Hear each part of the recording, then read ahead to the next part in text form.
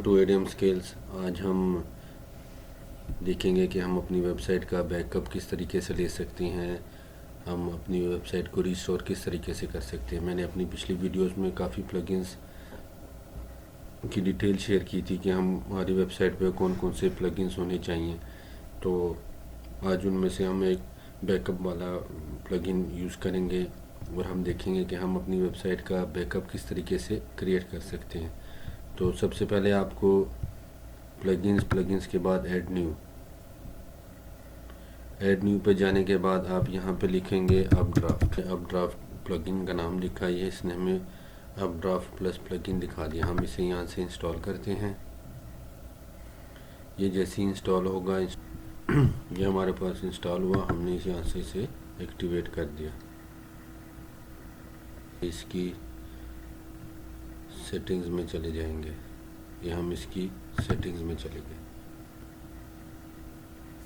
ये हम इसकी सेटिंग्स में जैसे ही जाएंगे, ये देखें ये कह रहा है जी बैकअप रिस्टोर। अगर आप अपनी वेबसाइट का बैकअप लेना चाहते हैं तो आप यहाँ से इसे क्लिक करके, ये हमने इसे क्लिक किया, ये कह रहा है कि जी take a new backup, include your database in the backup, include your file in the backup.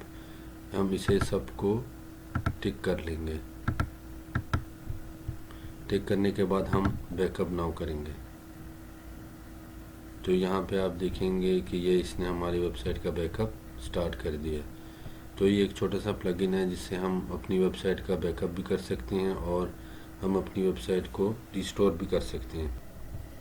ये देखें ये इसने हमारी फाइल का बैकअप बना लिया। ये डेट भी आपको बता रहा है कि फरवरी 2020 को आपने इसका बैकअप लिया। अगर आप इसे वापस डिलीट करना चाहते हैं या रिस्टोर करना चाहते हो तो आप इन ऑप्शन से इनको यूज़ कर सकते हैं। फर्दर हम इसकी सेटिंग्स देखते हैं। ये देखें जी फाइल बैकअप शेड्यूल कह रहा है कि आप मैनुअली करना चाहते हैं या आप अपने टाइम के मुताबिक आप इसको फाइल का बैकअप लेना चाहते हैं। तो आप इसको मर्ज़ी every 2 hours, every 4 hours, daily, weekly, तो आप इसको वीकली कर सकते हैं। And retain this many schedule backup, आप इसको 4 टाइम कर दें कि भाई आपका ये वीकली 4 वीक का जो बैकअप होगा वो आपके पास सेफ रहेगा। ठीक है, इसके बाद इसको भी आप डेटाबेस को भी सेम एज इट इज़ कर देंगे और इसको भी आप 4 कर लेंगे। याद रहे कि इन दोनों को आपने सेम ही रखना है, क्योंकि अक्सर ऐसा होता है कि आपकी वेबसाइट की जो इमेजेस और चीज़ें हैं, जो आपका डिज़ाइन है, जो थीम है, वो उसका बैकअप ले लिया जाता है, लेकिन जो आपका डेटाबेस बैकएंड पे जो आपने डेटाबेस बनाया होता है जिसमें आपका डाटा सेफ हुआ होता है, जस्ट लाइक कोई रजिस्टर मेंबर होते हैं या सब्सक्राइबर होते हैं, वो आपसे चले जाते हैं। ठीक है, तो यहाँ से आप अपने वेबसाइट का टाइम और ये चीज़ें बता सकते हैं कि आप इतने वीक तक या हर वीक में आपने इसका बैकअप लेना है और उसका 4 वीक का बैकअप आपने अपने पास प्लेस रखना है।